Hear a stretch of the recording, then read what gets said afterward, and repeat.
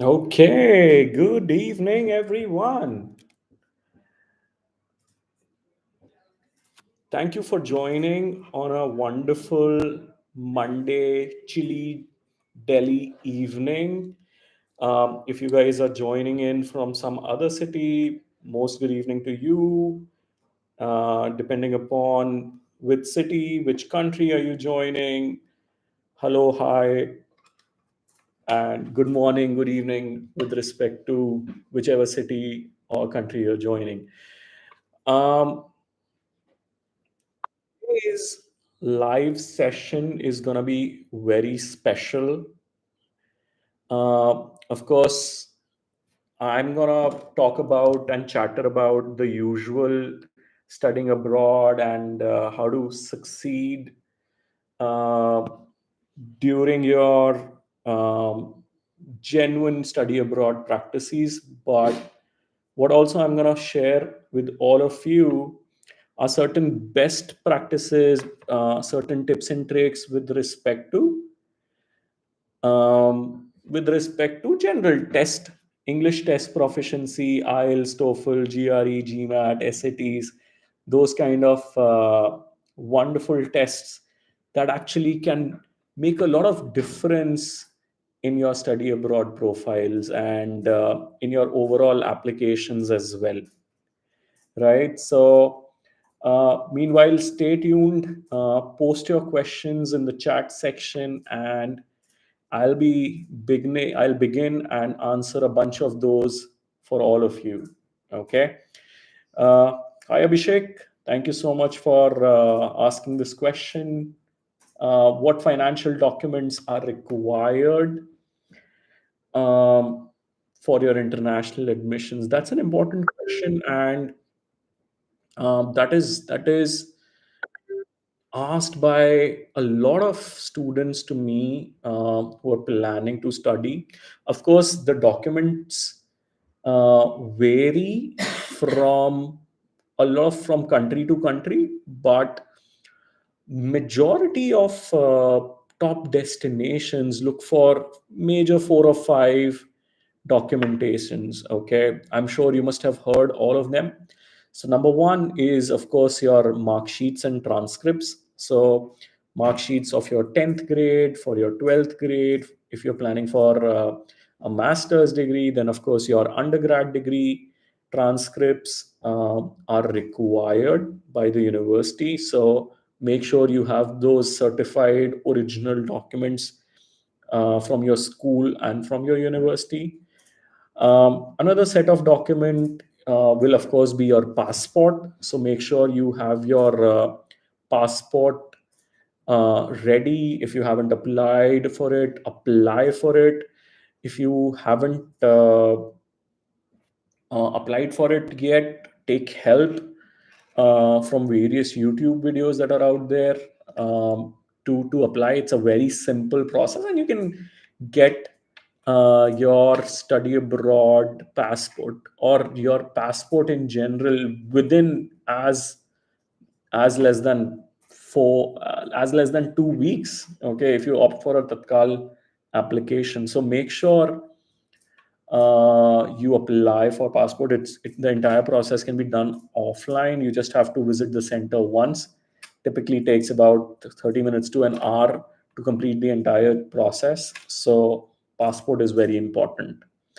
Third document would be your resume. Okay, make sure you have a resume ready which summarizes your entire career. It shouldn't be more than one page. Okay, so there are typically a lot of formats available. Choose the one that you feel uh, aligns with you the best. So submit your resume, have your resume ready, perfected, formatted, grammatical, error free.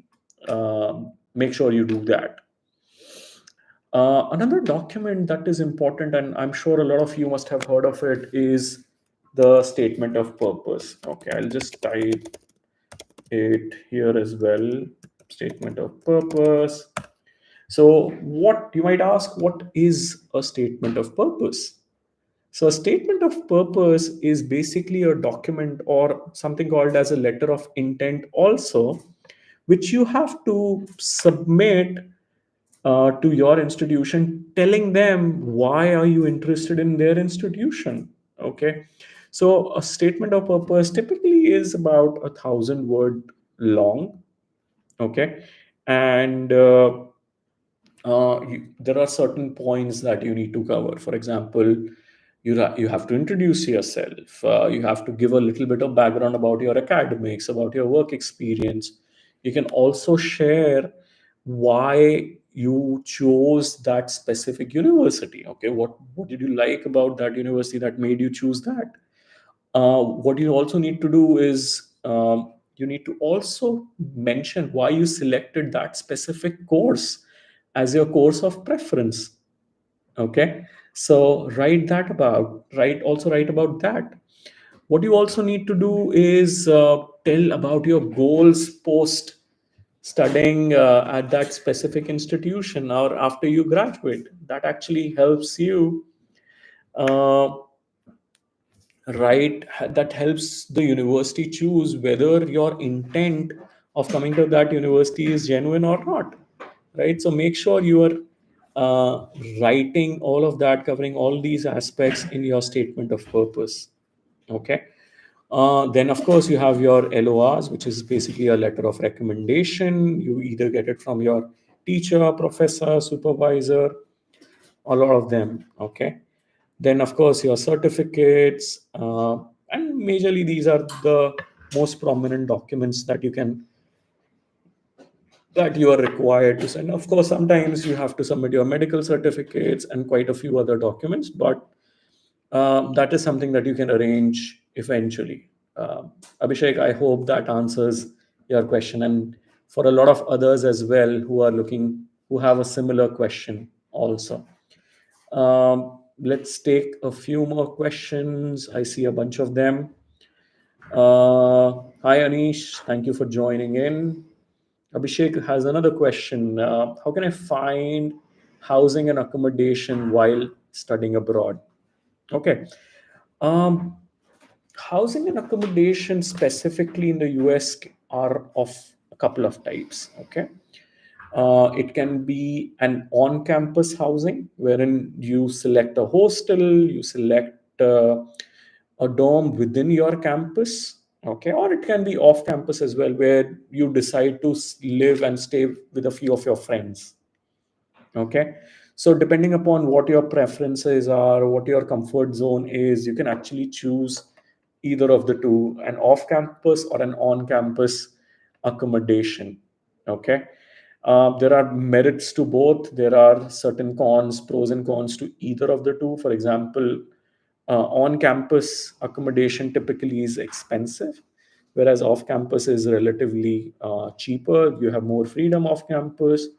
Of course, from a security standpoint, you get more security from an online standpoint, on campus standpoint in comparison to this. Food is better, laundry services, all of that is much better when it comes to on campus in comparison to off campus. So choose wisely. Sneha has another question. Hey, Sneha, can student work alongside their studies? So, Sneha, that question depends upon which country you're applying to, because each country's work permits are very different from one another. I'll give you an example specifically for the US. Okay, so US allows about 20 hours per week of part-time jobs along with your studies. So if you're looking to make some pocket money, earn some additional income to take care of your finances, tuition fee, you can work 20 hours part-time along with your studies. And post once you graduate, you can of course apply for a full-time job, which is approximately 40 hours per week. Okay, So again, there are many other opportunities such as graduate assistantship, teachers assistantship. There are common part-time jobs like being a bartender or a server at a restaurant. So you can look at various such job opportunities which are closer to your home, and you can actually apply and start working as a part-time job at these institutions. Okay. Nelson has this question. Okay. Hey Nelson 1995. How can I reach me privately? Was requesting to ask you something. Nelson, of course, you can drop me a mail at hello@the iSchool Connect. I've just pinged you on the chat over here. Okay, drop as many queries, as many questions that you can. Okay, and I'll be happy to answer and take those questions for you. You can even ask these questions over here in chat, and I can take those, try and answer those questions live to the best of my capabilities. Right. Perfect. Okay. Hi, Ayaz. Abhishek, thank you so much. I'm glad you like the response. Feel free to reach out to me in case you have certain additional follow-up questions. Before we take on Ayaz's question, of course, I want to deep dive into a few more aspects towards studying abroad. Of course, all of you know that October, November, December are when majority of universities have their deadline. So if you are looking to study and go to a top institution in the US, UK, or any destination globally, you can actually start applying to those institutions immediately. Okay. So if you have preferences towards any of the global institutions, now would be a right time to start with your application process. Okay, if you are feeling that, hey, you need some additional hand holding, some additional direction, please feel free to reach out to me or to iSchool Connect, and we'll be happy to guide you with that entire process and with that entire journey also. Okay. Moving forward to Ayaz's question, do I need to do an English proficiency test for a non-English speaking country like Germany and France? That's an excellent question, right? One thing that you need to actually understand, uh, Ayaz, is that for France and Germany, and similarly other countries where uh, English is not the native language, either you have to give English proficiency test or not. Irrespective of that, you should know the local language. Okay. So it's better that for better communication, better understanding of the culture, you learn the French or the German language. Okay. Coming back to your question, yes, typically universities in non-English speaking like France, Germany require you to submit a proof of English proficiency if you are an international student. However, there are certain universities may have language exemptions or require alternate language proficiency. For example, a lot of German universities, specifically German public universities, require you to submit proficiencies for the German language. Okay. So it is always advisable to look these for the German language. Okay. So it is always advisable to look at specific requirements by institutions. Okay. From institution to institution, and take steps accordingly. Ayaz, I hope that answers your question. Um, Going back to Anish, you wanted to know how you can obtain and submit academic transcripts and letter of recommendations. Okay. So for academic transcripts, Anish, I always advise that please go to the issuing authority. It can be your school, it can be your institution of undergrad, and they'll be more than happy to provide you your academic transcripts. Okay, you just have to write a small application, you can email them, you can submit a physical copy of that application as well, and I'm sure they'll be more than happy to answer those and submit those, uh, generate those academic transcripts for you. Okay. Coming to letter of recommendations, again, a letter of recommendation should be coming from an individual who knows you well. Okay, so it can be, if you are applying for your master's, it can be your teacher, it can be your faculty, it can be your professor, it can be your internship supervisor, okay, or your manager. Or if you are a working professional, it can be your direct manager whom you have spent and worked a considerable amount of time, right? So, but if you are a student who is looking for his bachelor's degree, then you can actually go to your faculty, sorry, your teacher at school, or your counselor as well, because these are people who know you well. So always get your letter of recommendation from people who genuinely know you, who have worked with you, who understand who you individual as an individual, as an individual who you are. Okay, because a letter of recommendation should speak about what you have done, what you have achieved for the organization and for uh, as an individual as well. Yes, Anish, we'll be more than happy to send details about an LOR for you. Okay. What I can also do is share some blog. Okay. Let me find a blog or an article using which you can actually uh, draft, or you can get some insights on a letter of recommendations. Okay, I found the link. Here you go. So this is a sample for a sample letter of recommendations if you're planning for a master's in computer science. But the same principle applies to multiple other courses, or it can apply to any other course that you're applying to. Okay, so folks, I hope this gives you a lot of insights towards documentation. What are the things required, documents required from a study abroad perspective, because having the right set of documents, having the right set of things that you can submit to your institution, to your application, reduces the risk of rejection. Okay, so always have uh,